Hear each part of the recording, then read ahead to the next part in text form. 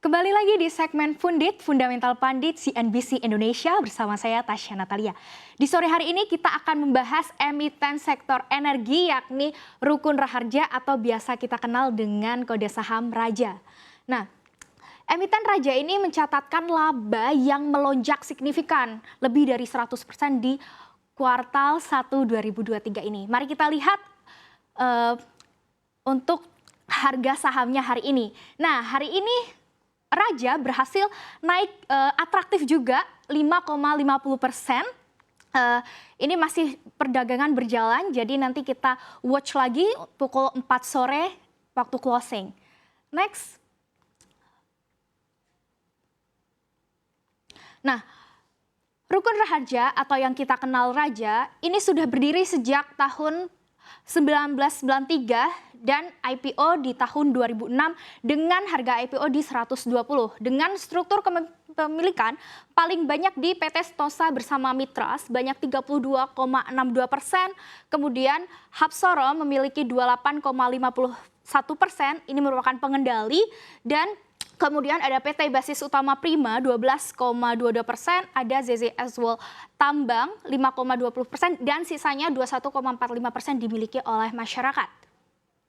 Selanjutnya kita membahas tentang profitabilitasnya. Oke, sebelum itu kita bahas dulu yang membuat profitabilitas naik, tentu aja ada bisnis yang digeluti oleh emiten Raja. Nah, bisnis apa yang digeluti? Pertama yakni dari gas infrastructure. Nah, gas ini perusahaan memiliki infrastruktur seperti pemeriksaan pipa dan lain sebagainya. Kemudian ada gas trading atau penjualan gas. Kemudian ada power plant, ini pembangkit listrik dari bahan baku gas tentunya. Kemudian upstream investment. Dan selanjutnya ada oil and gas service atau pelayanan migas begitu. Nah, membahas tentang profitabilitas atau yang biasanya investor sering cermati karena pada dasarnya ketika berinvestasi yang dicari adalah keuntungannya. Nah, di sini pendapatan Raja selama 5 tahun terakhir mencatatkan pertumbuhan ya, tapi sempat ada pelemahan di tahun 2020 dan 2021 karena memang terjadi COVID-19 gitu. Nah, melihat dari pendapatan di breakdown ke laba kotor dan laba usaha juga terlihat masih ada peningkatan hanya di tahun 2020 dan 2021 saja yang menurun. Dan di laba bersih tahun berjalan serta laba bersih yang diatribusikan ke entitas induk juga tetap meningkat gitu. Yang terbaru di kuartal 1 2023 yang mau kita highlight adalah kinerjanya yang berhasil meningkat signifikan. Bahkan untuk laba bersih tahun berjalan ini berhasil naik 147,92% menjadi 5,7 juta US dollar begitu. Nah, mengimplikasikan dari pendapatan dan laba bersih yang naik signifikan, ini juga terlihat dari rasio profitabilitasnya, di mana gross profit margin atau margin laba bersih ini juga terlihat semakin meningkat. Hanya di tahun 2021 saja yang turun begitu. Sedangkan yang terbaru di kuartal 1 2023 ini berhasil naik signifikan ke 27,80%. Bahkan meningkat signifikan dibandingkan kuartal 1 2022 sebesar 17,45%. Kenaikan ini juga diikuti operating profit margin dan juga net profit margin. Yang highlight di sini di net profit margin atau margin laba bersih berhasil meningkat dari kuartal 1 2022 itu 8,39% menjadi 15,48%. Artinya di sini Raja berhasil memiliki bisnis yang bertumbuh begitu ya di kuartal 1 ini dengan margin yang meningkat juga, artinya dia bisa mengefisienkan beban-bebannya sehingga margin atau keuntungan yang didapatkan bertumbuh positif. Selanjutnya kita melihat dari sebenarnya apa aja sih segmen pendapatan yang berkontribusi ke pendapatan Raja begitu ya. Nah, di sini ada rinciannya ya. Kita lebih melihat pada di kuartal 1 2023 ini, di mana Raja ini memiliki segmen penjualan gas yang naik 1,81% secara tahunan menjadi 23,9 juta US dollar.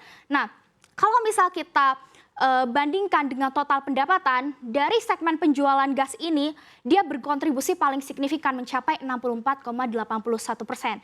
Jadi segmen ini yang menjadi segmen paling penting untuk kita lihat gitu ya. Kemudian ada jasa pengangkutan minyak. Ini juga berhubungan pada pipa blok Rokan yang dibangun oleh Raja sejak tahun 2021 dan sekarang sudah membuahkan hasil manis, di mana mencatatkan pendapatan sebesar 8,7 juta US dollar. Ini bisa kita bilang naik cukup signifikan ya, karena dari tahun sebelumnya di periode yang sama itu belum mencatatkan pendapatan. Kemudian ada pendapatan dari tol fee sebesar 2 juta US dollar, kemudian ada operating maintenance 61 juta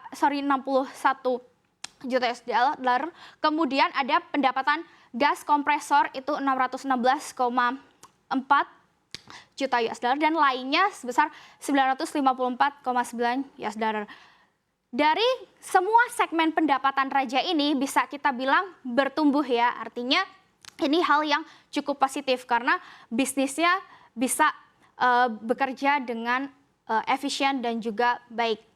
Selanjutnya kita akan melihat dari neracanya, karena pada dasarnya setelah perusahaan mencatatkan pendapatan dan berakhir di laba, tentu ini akan berujung pada neraca perusahaan apakah semakin sehat atau tidak. Nah, kita pertama melihat dari asetnya. Ini semakin bertumbuh ya, terlihat dari yang tadinya 260,5 juta US dollar menjadi 292,2 juta US dollar. Dengan kas dan setara kasnya yang juga meningkat tetap positif menjadi 53 juta US dollar dibandingkan dengan periode yang sama dari sebelumnya 30,1 juta US dollar. Nah, sementara itu dari sisi liabilitas sayangnya ada kenaikan. Dari sebelumnya itu 127,4 juta menjadi 153,5 juta US dollar. Tapi kalau kita melihat dari sisi yang lebih rinci di bagian liabilitas atau utang, ternyata untuk utang bank jangka pendeknya ini relatif kecil, sekitar 11,7 US dollar di kuartal 1 2023. Dengan yang paling banyak itu di utang bank jangka panjang, sekitar 123,4 juta US dollar. Nah, kalau kita melihat dari total liabilitasnya, yang mana paling banyak itu masih di utang bank, tentu ini memiliki korelasi yang negatif dengan kenaikan suku bunga. Tapi bersyukurnya Bank Indonesia telah menahan suku bunga sehingga resiko kenaikan suku bunga menjadi sudah mereda untuk emiten Raja ini. Kemudian dari sisi ekuitas atau modal ini berhasil meningkat juga menjadi 138,7 juta US dollar dibandingkan sebelumnya 133 juta US dollar. Nah, kalau kita melihat dari sini kita bisa membreakdown lagi ke rasionya, di mana ini kita lebih memakai debt to equity ratio dengan utang banknya, di mana memang naik dari sebelumnya itu 82,26% menjadi 97,46%. Tapi karena utang banknya itu lebih ke jangka pendek ya, sedangkan kita lihat juga di cash ratio itu ada di 65%, tentu untuk memenuhi kewajibannya yang jangka pendek terlebih utang bank yang terkena resiko kenaikan suku bunga lebih tinggi ini masih bisa terpenuhi. Begitu. Selanjutnya kita akan melihat dari sisi prospek bisnisnya. Nah, tadi sudah sempat dibahas mengenai utang dari Raja ini memang masih terbilang cukup tinggi. Namun karena Bank Indonesia sudah menahan suku bunga, artinya tekanan dari kenaikan suku bunga sudah mulai mereda. Dan ini bisa berdampak positif juga ke beban utangnya yang bisa lebih ringan. Karena dalam pelaporan di laporan keuangan, Raja juga menggunakan US dollar sehingga ini malah bisa positif ya ketika nanti rupiah menguat. Kemudian ada prospek bisnis juga yang menarik dari Raja di proyek pipa Rokan yang sudah tuntas ya.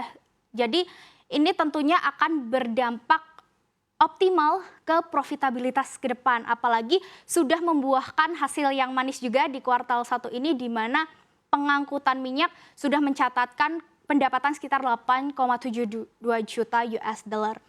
Selanjutnya, dari dalam negeri juga prospek industri untuk gas ini juga masih cukup menarik karena demand akan potensi meningkat di masa transisi. Karena pada dasarnya ke depan untuk prospek EBT atau energi baru terbarukan ini akan semakin meningkat. Nah, tapi untuk sampai ke proses itu tentu masih panjang, sehingga gas ini masih digunakan di masa transisi dari energi fosil ke EBT tentunya. Selanjutnya, kita akan melihat dari valuasi. Oke, sebelum ke valuasi, kita bahas dulu di prospek industri ya. Jadi, karena gas ini berhubungan dengan harga komoditas, maka kita lihat juga di harga komoditas di US natural gas yang saat ini masih terpantau turun ya. Dan memang penurunan ini juga bisa berdampak negatif ke perusahaan. Walaupun begitu, masih ada demand yang akan meningkat dari dalam negeri yang masih bisa akan menjadi potensial ke depan begitu, walaupun harga masih turun dan ini masih perlu di-watch untuk jangka pendek. Kemudian selanjutnya kita membahas valuasi.